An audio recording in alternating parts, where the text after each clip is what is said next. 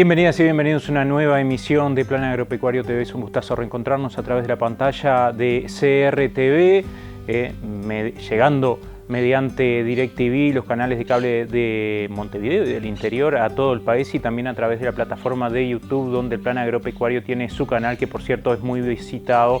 Aprovechamos a saludar a quienes nos ven a través de ese medio de comunicación también. Les comentamos que hoy vamos a tener un programa muy interesante con una propuesta muy amplia, con la palabra de técnicos del Plan Agropecuario y técnicos de instituciones amigas que siempre nos acompañan programa a programa. Pero sin más que agregar, vamos directamente a la palabra de los protagonistas. Compartimos los avances. Conversamos con el doctor Rafael Carriquiri sobre Bocopa, enfermedad provocada por la ingesta del hongo ramaria que nace en los montes de eucaliptus. También charlamos con el técnico sobre el saguaype, este parásito que afecta a bovinos y ovinos.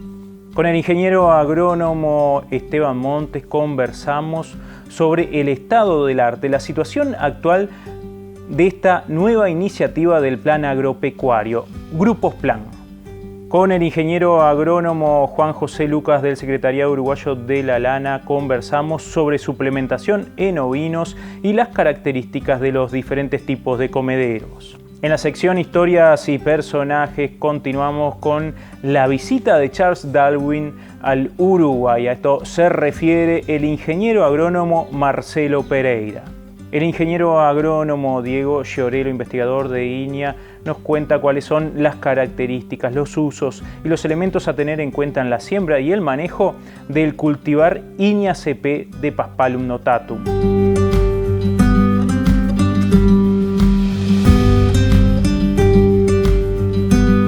Charlamos con el doctor Rafael Carriquiri, técnico del Plan Agropecuario en el departamento de Rivera, sobre temas sanitarios. El primero que vamos a estar compartiendo es Bocopa, esta enfermedad provocada por la ingesta del hongo ramaria que crece y se desarrolla en los montes de eucaliptus. A esto se refiere el doctor Carriquiri, sus características, su control, cómo afecta al ganado. Este año hace un tiempo que ya se han reportado la aparición de la emergencia de hongos en los montes de eucalipto, ¿verdad? El hongo clavaria o ramaria es un hongo con forma de coliflor, ¿verdad? No tiene la forma característica de paraguas, ¿verdad? Tiene una forma más bien parecida con una coliflor, de color amarillo que después se va poniendo amarronado, que crece en el suelo cerca de los árboles, en el monte de eucaliptus, pero en el suelo, no en el tronco. En el ambiente que genera el eucaliptus, pero no en el propio eucaliptus. Las esporas están en el suelo y cuando las condiciones son favorables para la germinación, germinan y dan la forma vegetativa, que es la que consumen los animales. Las condiciones favorables, como para todos los hongos, son temperatura y humedad. En la medida que hay humedad y las temperaturas son altas, van a haber emergencia de hongo. En la medida que aparezcan las heladas, se corta este problema. Entonces, lo otro importante es que generalmente el hongo crece en los mismos lugares. Por más que esto es una generalización, o sea que pueden aparecer en lugares donde nunca apareció, y de hecho aparece, de hecho ocurre esto, generalmente en los lugares donde aparece quedan esporas que al año siguiente van a volver a aparecer. Entonces, lo importante en primer lugar es tener un sistema de vigilancia, o sea, en esta época y hasta que empiece a helar, con frecuencia recorrer los lugares donde hubo hongos el año pasado y observar si no están emergiendo los hongos, que se ven rápidamente por su color distintivo sobre el manto del suelo, ¿verdad? O sea, como son amarillos o eventualmente marrones ocre, llaman la atención y son fáciles de ver. Bueno, cuando aparecen los hongos, lo que hay que hacer es retirar el pastoreo hasta que las condiciones cambian. Lo otro que podemos hacer es romper los hongos, romperlos con un palo, con las botas, trillándolos, pasando con la tropa por arriba, las pezuñas de los animales lo rompen. Al romperlo, el hongo no rebrota, no tiene capacidad de rebrotar como las plantas, aunque sí puede volver a emerger otra camada de hongos de las esporas que están en el suelo. O sea que si bien esta estrategia nos permite apurar el ingreso al pastoreo, en la medida que las condiciones ambientales se mantengan iguales, la emergencia se va a ocurrir de vuelta. Respecto a los animales enfermos, no hay tratamiento. La mayor parte de los animales mueren, los que no mueren quedan muy, muy sentidos. Entonces lo fundamental en este caso es la vigilancia y la prevención. Los animales, la característica de la enfermedad es que se llama bocopa, ¿verdad? Porque afecta la boca, la cola y las patas. Pierden el penacho de pelo de la cola, eventualmente pueden perder el estuche córneo de las pezuñas, la parte dura de la pezuña, y también se pierde la piel de la boca. Por eso también es importante avisar a las autoridades sanitarias cuando tenemos estos casos, porque es un diferencial de fiebre aftosa, de enfermedades vesiculares. Entonces es importante, por más que es muy distinta y tiene particularidades que la diferencian, es importante avisar al Ministerio, a los servicios locales del Ministerio, que están apareciendo estos problemas en la boca, porque la vigilancia y mostrar que hay vigilancia activa, ¿verdad? Que las autoridades sanitarias están mirando cuando aparecen estos problemas, es importante para los mercados, ¿verdad? Es importante demostrar que nosotros estamos como país mirando estas problemáticas y que las autoridades saben lo que pasa cuando aparece algo sospechoso o similar con fiebre aftosa. El bocopa no tiene ninguna importancia desde el punto de vista de los mercados, pero la fiebre aftosa sí, y son enfermedades parecidas. Entonces, bueno, eso es la vigilancia y sacar el pastoreo a tiempo es lo fundamental.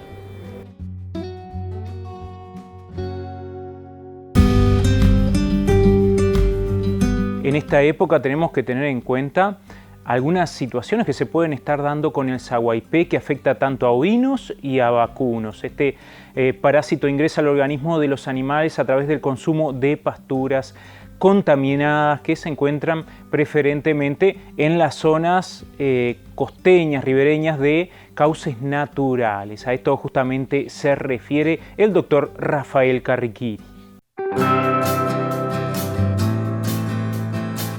Bueno, hay que recordar que el sahuaipé entonces es un parásito que en su etapa adulta está en el hígado de las vacas y de las ovejas, y de los humanos también puede estar, ¿verdad? Y otras especies también. Y bueno, los animales digamos que se infestan consumiendo pasturas donde hay formas larvarias o formas infestantes de sahuaipé. Esas pasturas están siempre cerca de zonas húmedas, o sea, ¿por qué? Porque vienen de un caracol, vienen de una etapa anterior, de una etapa en su ciclo que tienen que pasar por un caracol que se llama limnea, un caracol específico, no es cualquier caracol, no son los caracoles redondos, esos característicos que vemos en muchos lugares, es un caracol chiquitito que mide alrededor de 1 centímetro, o sea que es difícil de ver, que tiene forma de cucurucho, y que vive enterrado en el barro en las zonas de manantiales, de nacientes de arroyos, sumideros, ese tipo de lugares. No tanto los tajamares, la gente le tiene mucho miedo a los tajamares, el tajamar no es el lugar más predilecto de este tipo de caracol y por lo tanto del sahuaipé. Más bien son las nacientes de los arroyos, bueno, ese tipo de ambiente, donde hay agua clara, pero barro también donde él se puede esconder. Y el agua no corre fuerte, si el agua corre fuerte arrastra el caracol. Entonces esos ambientes, los bañados por supuesto también, son los lugares donde vive este caracol y donde pueden estar infestados con las formas larvarias del sahuaipé. Durante la época de la sequía, los animales pudieron acceder a muchos bañados que antes no accedían, o sea, muchas pasturas que estaban particularmente infestadas, o con alta, o que pueden estar potencialmente con mucha infestación de formas larvarias de sahuaipé. Entonces es un momento, y particularmente en este momento del otoño, es un momento importante para entrar con los animales limpios, o sea, sin sahuaipé al invierno, un momento en el que siempre hay cierto nivel de crisis y particularmente este año va a ser particularmente difícil. Entonces es importante eliminar la forma sahuaipé de los vacunos.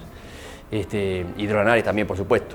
Los lanares son particularmente sensibles al sahuaipé. Lo que pasa es que como no pastorean generalmente estas zonas más húmedas, se infestan menos, pero son más sensibles que las vacas. Esto también es importante conocerlo. Respecto a los productos hay muchos sahuaipicidas diferentes, pero lo importante es observar en qué etapa del ciclo matan al sahuaipé, o sea, a qué tan temprano matan al sahuaipé cuando entra la vaca, cuando entra al organismo de la vaca, ¿verdad? Entonces, hay un solo producto que es el triclavendazol, del cual hay varias marcas, que mata el sahuaipé en los primeros días que entra la vaca. Los demás matan a partir de 4 semanas u 8 semanas, hasta 12 semanas, después de que ingresó el sahuaipé en el organismo de la vaca. Entonces hay que observar particularmente esto, cuando elegimos un producto, que sea un producto en lo posible de efecto lo más temprano posible. ¿Por qué? Porque son las formas larvarias las que generan mayor daño. No es el SAWP el que está dentro del hígado, ese que vemos con una forma de una hojita seca, amarronada en los canalículos del hígado. Ese ya no produce muchas pérdidas porque en realidad se alimenta de la bilis, que es un residuo del metabolismo del animal. Lo que sí produce las pérdidas son la etapa anterior, mientras hasta que él llega al canalículo genera mucho daño en el tejido del hígado, lesiones importantes, y eso es ahí donde está generando pérdidas importantes.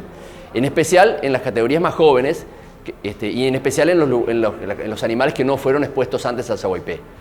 Entonces, bueno, esto es lo importante, dar una dosificación ahora y eventualmente en la salida de la primavera, octubre o noviembre, otra dosificación. Y en los lugares donde hay más desafíos, probablemente haya necesidad de hacer otra dosificación más en el verano.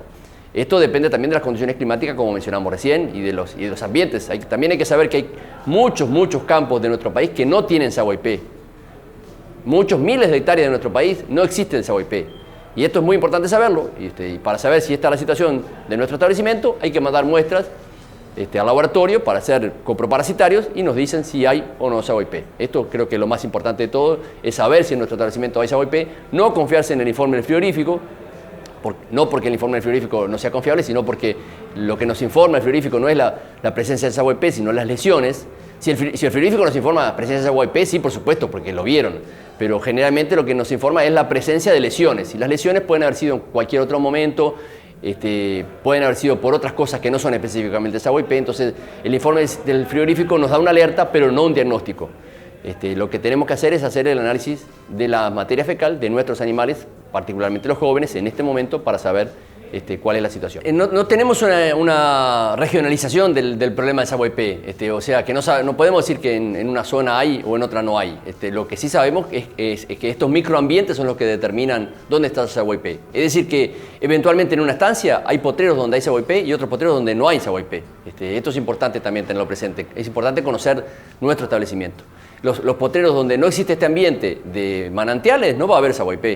Y en los lugares donde existe este ambiente existe el riesgo. No, tampoco significa que esté la certeza de que esté el parásito. Entonces, aunque no tenemos una regionalización, sí sabemos que hay muchos establecimientos que no tienen, y amplias zonas de nuestro país. Las zonas de areniscas por lo general son zonas donde el desafío es muy bajo de SAWP, donde es poco probable que haya. No quiere decir que no haya, pero es poco probable que haya. Y hay zonas que conocemos, las zonas de basalto del centro del país, de Paso de los Toros y el centro del país, conocemos que es una zona donde hay gran problemática de SAWP. Pero esto es una cosa muy inespecífica, digamos. Cada uno debe conocer lo que pasa en su establecimiento. Y después, respecto a la medicación, como decía, cuando utilizamos el triclarbendazol, rápidamente elimina los parásitos y elimina el problema. Lo que pasa es que si el animal sigue levantando las formas larvarias en el potrero donde está infectado, en el correr del tiempo vuelven a aparecer los problemas. O sea que por eso hay que tener una estrategia de control que implica 2 o 3 o 4 dosificaciones de SAWPicidas en el año, particularmente en las categorías jóvenes.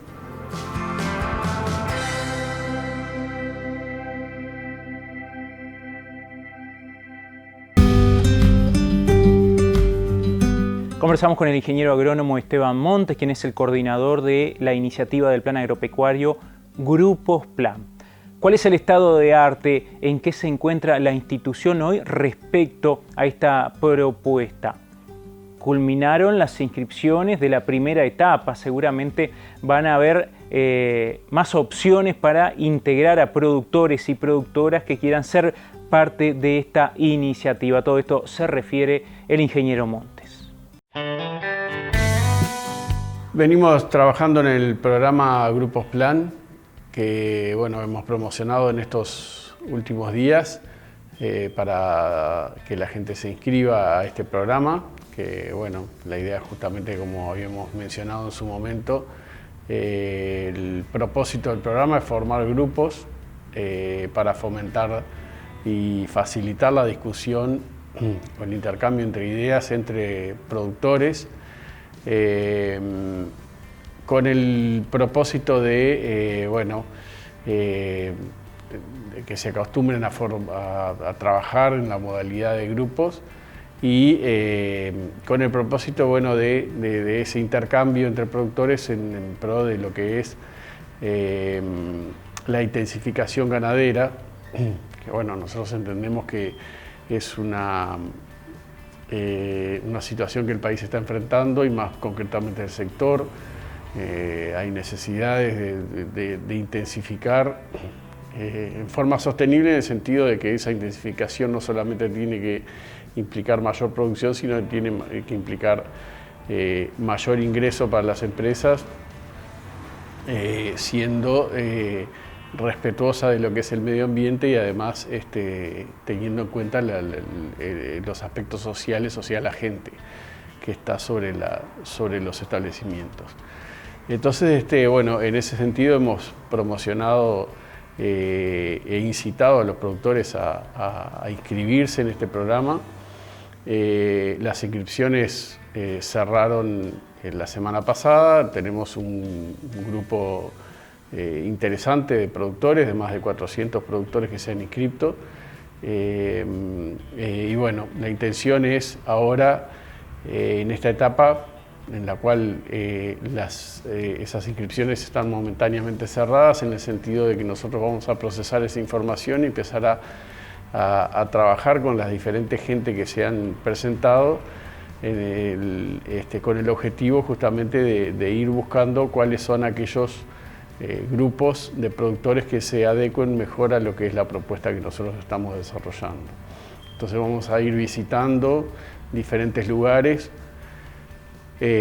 con los técnicos regionales y además con la regional en la medida que se pueda, para explicar mejor lo que es este programa, evacuar dudas de parte de los productores, cuáles son los compromisos que asumen los productores.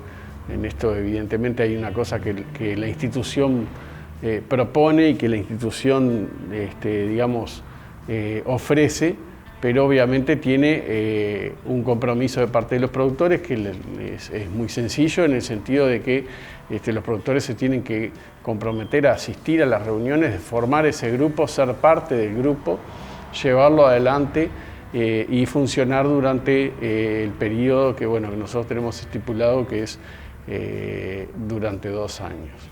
Entonces, bueno, eso implica que asistan a las reuniones, van a haber reuniones grupales en cada uno de los establecimientos en los cuales se inscriban, rotativo, o sea, va a ser una reunión mensual en cada uno de los establecimientos, donde se analizará la situación de ese establecimiento en particular, o de la empresa en particular, porque tiene una visión más sistémica. Ahí en esas reuniones, bueno, se analizará la intensificación o las vías de intensificación. Obviamente son 2 reuniones que va a tener cada uno de los establecimientos, pensando justamente que cada grupo van a tener un mínimo de 10 integrantes, entonces estamos pensando que cada una de los establecimientos, las empresas, tengan 2 reuniones en lo que dure el programa.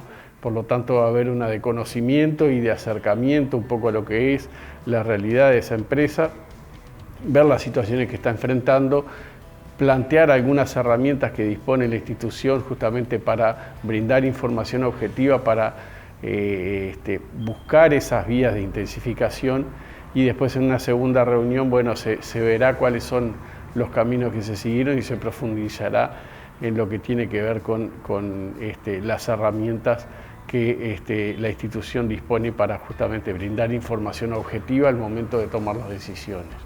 Estamos haciendo a su vez capacitaciones internas a nivel de lo que es el cuerpo técnico, en lo que tiene que ver con lo que es la facilitación de grupos, el trabajo en grupos y profundizando sobre lo que es el uso de las herramientas de la institución. Entonces, bueno, iremos caminando sobre ese sendero, en el sentido de justamente ir avanzando en la conformación de los grupos para ponerlos en funcionamiento lo más breve posible.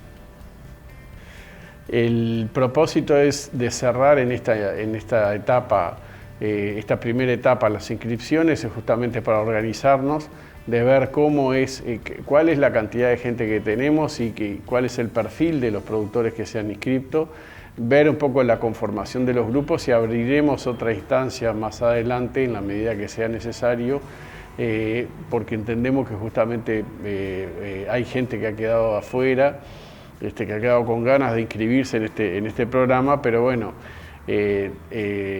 la realidad es que nos tenemos que organizar, entonces para eso es que cerramos las inscripciones, analizamos los productores que se hayan presentado y en una etapa siguiente, bueno, volveremos a abrir las inscripciones para ver qué otros productores están interesados en integrarse a este programa y analizaremos nuevamente la situación de ellos y veremos cómo se pueden integrar al programa.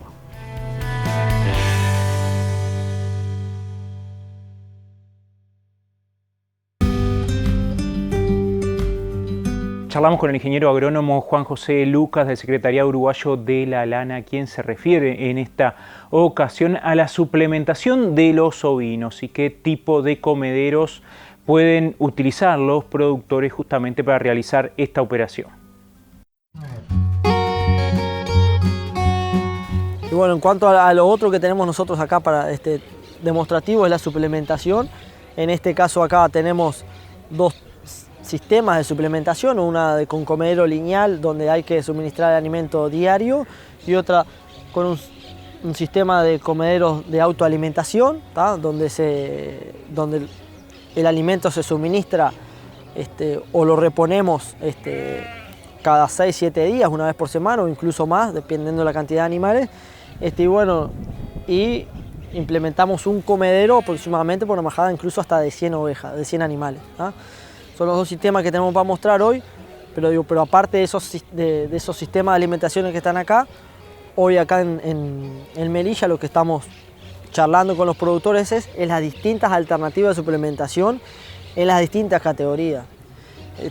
Nosotros entendemos que hoy la suplementación se hace sobre todo de forma estratégica, en distintas categorías, en distintos momentos. En las majadas de cría se hace sobre todo en torno a la encarnerada o preencarnerada y durante los primeros días de la encarnerada, como una sobrealimentación, como un flashing para incrementar la cantidad de corderos potenciales. Otro momento crítico donde se suplementa es en torno a la aparición para mejorar la calidad y la cantidad de calostro y con esto la supervivencia de corderos. Luego, en otra categoría que se utiliza es en los corderos, tanto en la recría como en el engorde. En la recría para mejorar la performance animal y tener mejor desarrollo y evitar mortandades y tener mejor desarrollo, que eso me va a impactar en un mejor performance productiva en toda la vida. Luego en el engorde de corderos propiamente dicho, bueno, tenemos distintos casos, tenemos distintas sobre pasturas naturales o sobre pasturas sembradas. Serían las dos grandes diferenciaciones que haríamos, donde cambia un poco la calidad y el tipo de suplementos que haríamos. Pero bueno, hoy acá lo que teníamos para mostrar, conversarlo, charlarlo con los productores. Y bueno, serían hoy aquí los grandes momentos críticos que utilizaríamos suplementación, que estamos conversando y dialogando con los productores. Cuando hablamos de comederos de autoconsumo versus comederos lineales, autoconsumo o autoalimentación, como nos gusta llamarlo a nosotros, versus los comederos lineales, bueno, aquí un par de comentarios. Primero, se nos ahorra el tema de la mano de obra y del tiempo dedicado con el comedero de autoalimentación, porque lo reponemos generalmente una vez por semana y ese alimento dura toda una semana. Hay distintos diseños de comedero, pero el que tenemos hoy acá es el que se recomienda, donde además admite distintos tipos de raciones y subproductos, no es uno específico. Como capaz que de ventaja frente a un comedero lineal, tenemos, sabemos que en la suplementación hay dominancia de ciertos animales sobre otros. Cuando nosotros tenemos un comedero lineal y damos de ración todos los días, esa dominancia la estamos viendo y estamos viendo qué animal domina sobre cuál otro y nos permite capaz realizar una parte, decir, bueno, este animal lo hago comer aparte o esta punta de animales. Cuando los comederos de autoalimentación no tanto, ¿tá? Por eso acá nuestra recomendación primero es lotear por tamaño o por peso en este caso, justamente para que estos episodios de dominancia no se den, así evitarlo, porque no lo vamos a estar observando todos los días.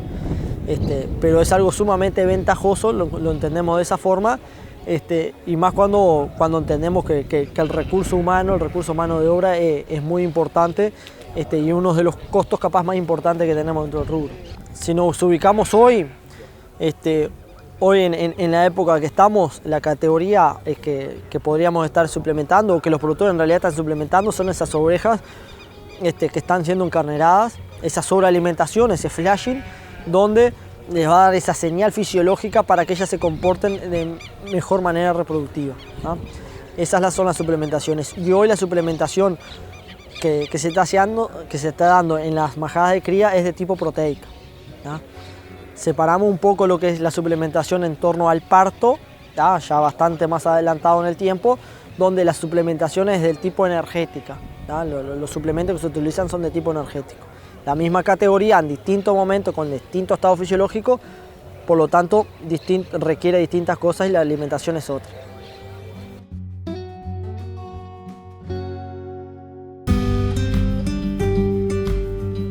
En la sección Historias y Personajes continuamos conversando y conociendo más sobre la historia de Charles Darwin. Ahora hablando de su visita a Uruguay. En el capítulo anterior justamente habíamos comenzado a hablar de su experiencia en nuestro país. Marcelo Pereira continúa refiriéndose a este gran naturalista y las características propias de un botánico, de un científico, de un teórico como Charles Darwin, que lo hace único. Bueno, empezamos hoy con el cuarto capítulo sobre la vida de Darwin. En este caso es como vendría a ser la segunda parte de la estadía de Darwin en Uruguay. Contamos en la anterior su viaje por Maldonado, que fue hasta Polanco, pasó por Barriga Negra, estuvo en San Carlos, en las Sierras de las Ánimas, donde identificó en esa ida el famoso sapito de Darwin, hoy una especie amenazada. Por supuesto que estando en Montevideo, una de las cosas interesantes es que él herborizó. Herborizar quiere decir colectar plantas vegetales y hacerlas disponibles para tenerlas en un herbario en la famosa Isla de Ratas. La Isla de Ratas es la isla que está en el puerto de Montevideo, donde si uno mira con cuidado hay un hangar para hidroaviones. O sea, era muy común antes que al Uruguay llegaran hidroaviones, cuestión que hoy es una rareza. Por supuesto que dentro de las salidas que hizo cerca de Montevideo fue a las barrancas de San Gregorio, que se ubican en las inmediaciones de Quillú, una situación geológica muy interesante. Y ahí Darwin, pese a algunas equivocaciones que tuvo, él ya comenzó a identificar fósiles, tanto fósiles marinos como de otras especies, que más adelante, cuando él llega a Colonia y va a Mercedes, él la única fuente de adquirir fósiles o de llegar a los fósiles no era el descubrimiento, sino que compró, se enteró que había un fósil de un taxodón. Un taxodón era un animal herbívoro que llegaba a pesar más de 1000 kilos y que era como una especie de rinoceronte, hipopótamo gigante de trompa un poco más fina. Lo cierto es que él compra ese taxodón, que viene a ser el fósil más grande que se recupera de acá, de Uruguay.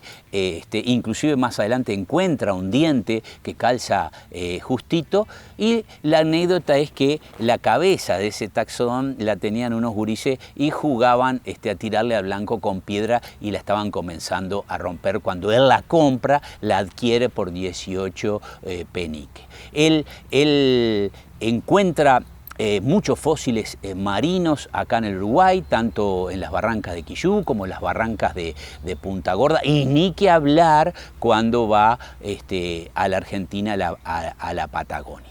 Entonces, él es un profundo observador, donde, por ejemplo, cerca de Minas, se queda en la casa de Juan Fuentes, donde describe la austeridad que tiene, los pocos muebles que tiene la casa, el hecho de comer carne, que siempre le ofrecen carne, y esa visión que tienen de la gente del Uruguay muy atenta y siempre dispuesto a dar todo y no cobrar nada, la tiene otro naturalista que fue Saint-Hilaire, que recorrió tanto Río Grande del Sur como toda la costa del Uruguay, el litoral, y salió por Artigas.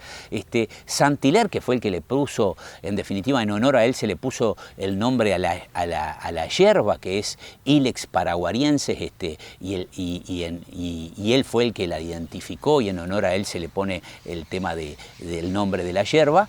Él cuando recorre acá menciona exactamente lo mismo, menciona que siempre intentó pagar la carne y nunca nadie, ni el hacendado con mucha tierra, ni el que tenía poquita tierra, le quiso cobrar la carne. Y habla de un país, Saint-Hilaire habla de un país de abundancia, y dice una frase que a mí me impresionó, y dice: parece mentira, pero matan una vaca para sacar un tiento. Y eso da una idea de la abundancia que había en el Uruguay. Sabemos que en épocas de revolución o en el año 13, cuando Artigas hizo el reglamento de tierra, estaban diezmados los ganados por las revoluciones, pero en muchos momentos el Uruguay fue abundante de cosas que describe Hernandaria, como de pastos, de madera para construcción, y ahora le agrego yo de ganados. O sea, el Uruguay en sus orígenes fue un país de mucha abundancia. Lo cierto es que Darwin sale, va a Canelones, se hospeda en el arroyo, ahí en una especie de posada para que se quedara la gente en Cufré, llega hasta Colonia del Sacramento, le llama la atención lo sinuosas de las calles, que al revés de las construcciones españolas, que eran todas cuadriculadas, le llama la atención, va para Mercedes, llega a Punta Gorda, donde hay un monumento, visita lo que se llama el pueblo, hoy se llama pueblo Sacachispa, y antes se llamaba Villa Darwin, y tiene una observación del Río Negro desde el Cerro de los Claveles, que dice que es una visión maravillosa del Río Negro. Y de toda su estadía en el Uruguay, que anduvo muchísimo a caballo, hay que destacar varias cosas.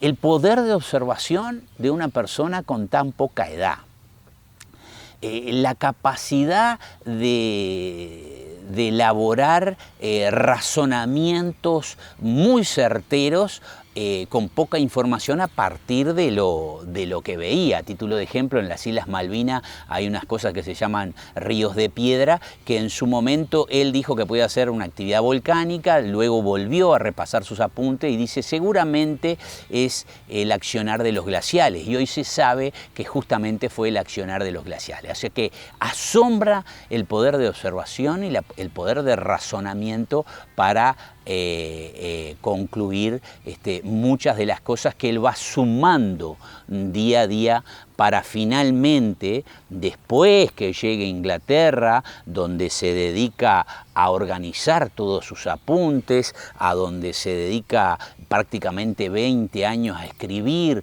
y a cartearse con todo el mundo, él termina elaborando la teoría de la evolución.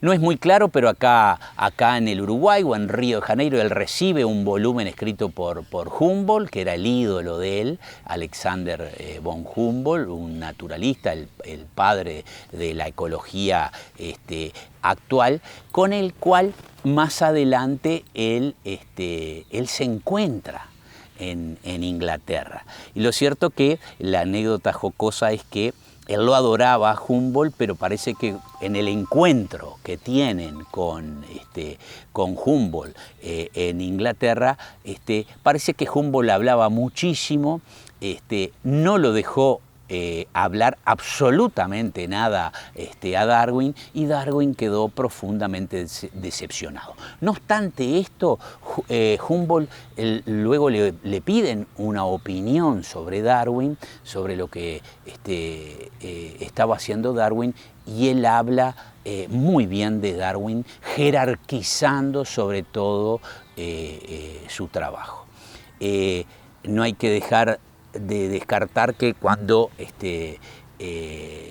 Darwin elabora finalmente su teoría de la evolución, donde en definitiva procesa toda esa información, y hay que ponerse en la época, él colectaba muchos materiales y los iba mandando a Inglaterra. Él iba mandando continuamente ejemplares herborizados, fósiles, todo tipo de material lo mandaba. En su autobiografía él se lamenta de dos cosas: de no saber embalsamar o de disecar animales, y de tener muy poca habilidad para el dibujo. Él no era un gran dibujante como otros naturalistas, entonces él se lamenta de eso. Entonces quería terminar diciendo que cuando él termina de procesar todo eso, coincide un momento histórico donde elabora prácticamente, o tiene prácticamente elaborada la teoría de la evolución, y en el mismo tiempo le cae Wallace, Alfred Russel Wallace, con la misma teoría elaborada y escrita arriba de un casillero en el archipiélago malayo. Dos personajes que, si bien quedó en la historia, quedó como el gran naturalista Darwin, que Darwin era una persona de alcurnia y Wallace no lo era. Entendemos que los dos se llevaban muy bien. Inclusive cuando murió Darwin, Wallace llevó su féretro en el entierro. Así que, bueno, esto es muy sucinto, la estadía de Darwin acá en el Uruguay. Seguro nos quedaron muchísimas cosas por contar. Así que nos estaremos viendo en una nueva entrega de todo lo que ha sucedido con Darwin, y en especial comentar algo de la famosa teoría de la evolución.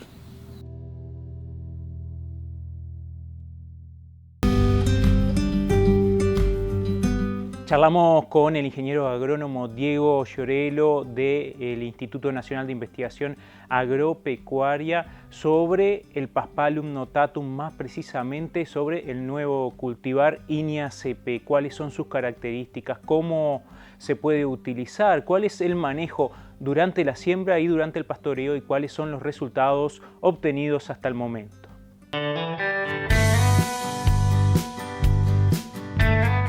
Paspalum notatum es una gramínea perenne, estival. En Uruguay existe, por lo tanto nosotros consideramos nativo el cultivar seleccionado, ya que fue originado a través de una colecta nacional hecha en distintos puntos del territorio nacional. Bueno, y hoy está comercialmente disponible a través de la comercialización de semilla bajo el nombre Inia CP.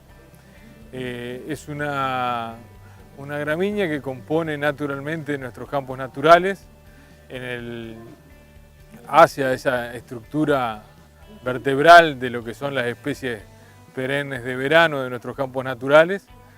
Y bueno, el interés en tener una especie comercial de ese material, bueno, orientó los trabajos que se arrancaron en el año 2005, 2006 con la colecta, después el proceso de mejoramiento, después la evaluación a campo y la producción de semillas, el licenciamiento, y hasta llegar al momento actual, que es la liberación del cultivar de forma comercial y la semilla disponible para los productores adquirir y posteriormente sembrar. Es una pastura que va a implantarse, va a tener un lento crecimiento inicial en ese primer verano, después va a superar hacia el segundo año, hacia el segundo verano, su etapa de implantación, y va a ir colonizando todo el tapiz, va a producir forraje desde la primavera tardía y entregar una muy buena cantidad de forraje de un valor nutritivo alto desde los meses de diciembre en adelante, donde se podrá pastorear, y su ciclo de producción finaliza en la presencia de las primeras heladas. Obviamente que en la medida que haya más temperatura y radiación, su producción es mayor y su valor nutritivo igualmente, y obviamente que tiene que tener la presencia de agua en el suelo para poder expresar su potencial.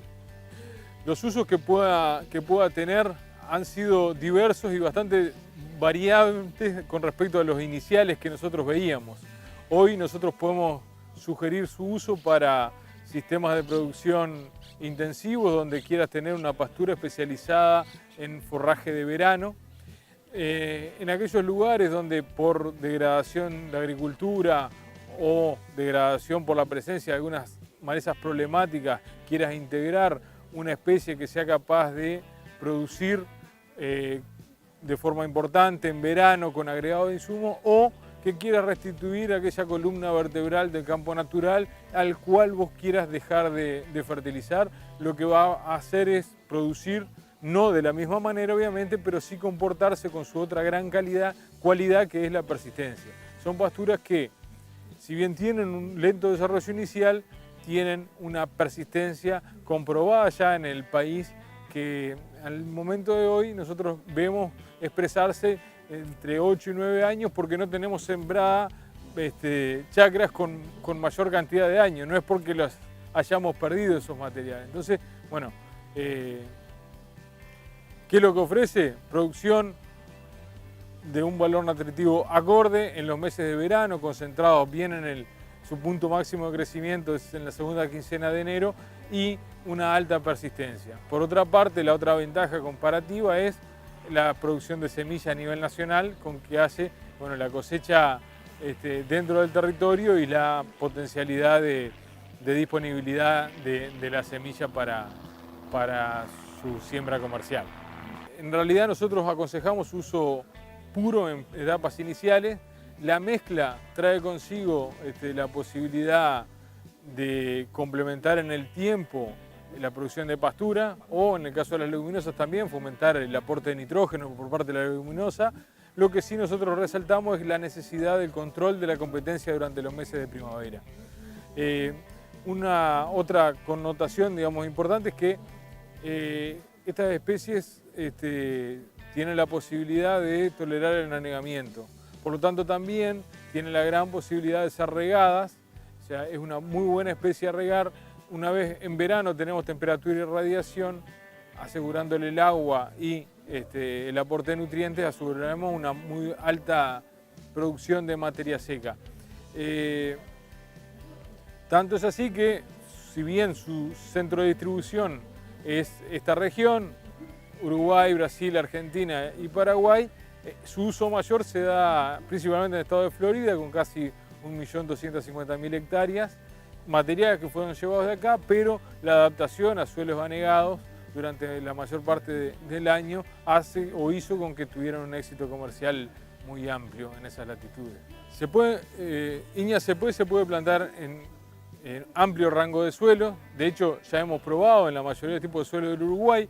La única salvedad que hacemos, desaconsejamos su inclusión en suelos superficiales, principalmente por la expectativa de que no vaya a expresar su potencial de producción, principalmente por una baja acumulación de agua en el suelo. Después, pHs ácidos, pHs alcalinos, muy arcillosos, muy arenosos, suelos negros como los de basalto, no han tenido ningún tipo de inconveniente, ni tampoco los suelos anegables o del este. O sea, la inclusión se han hecho pruebas a lo largo del país y realmente no ha tenido mayores dificultades para la implantación y posterior producción de INSP.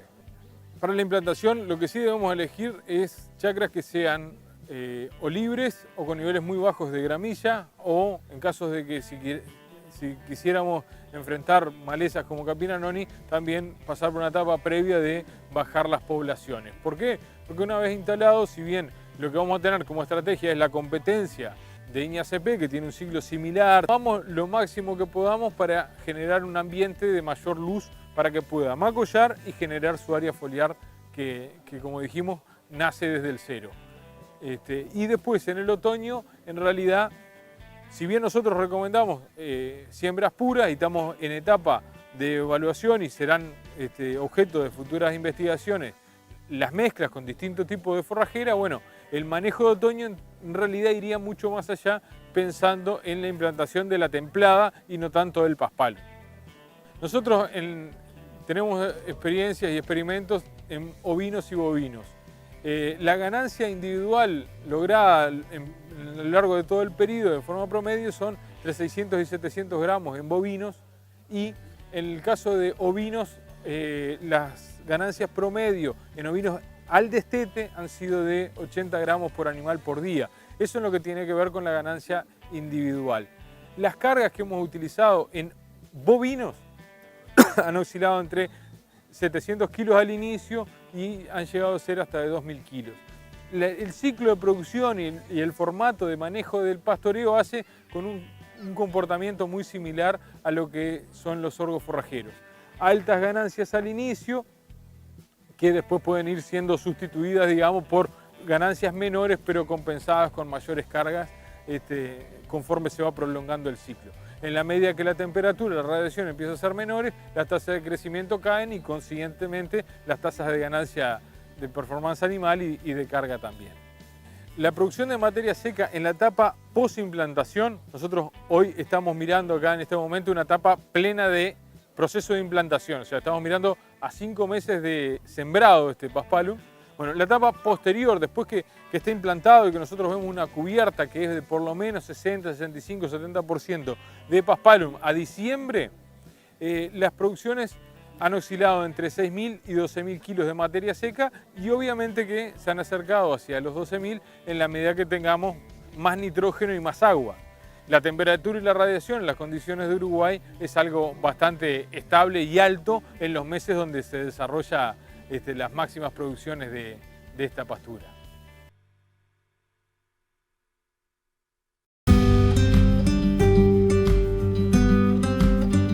Amigas y amigos, es un gustazo haber compartido esta nueva emisión de Plan Agropecuario TV, ya 62 programas con todas y todos ustedes, llegando a lo largo y ancho del país. Nos enorgullece. Queremos, antes de terminar, enviarle un saludo a la familia Aguirregaray en el departamento de Rivera, quien nos hacía llegar por parte de ellos, de Juan, el saludo también. Nos lo encontramos hace pocos días en el norte del país y bueno, enviamos ese saludo público a toda la familia que nos ve a través del canal de YouTube del Plan Agropecuario, pero sabemos que hay muchos que nos ven a través de la señal de DirecTV aquí en CRTV.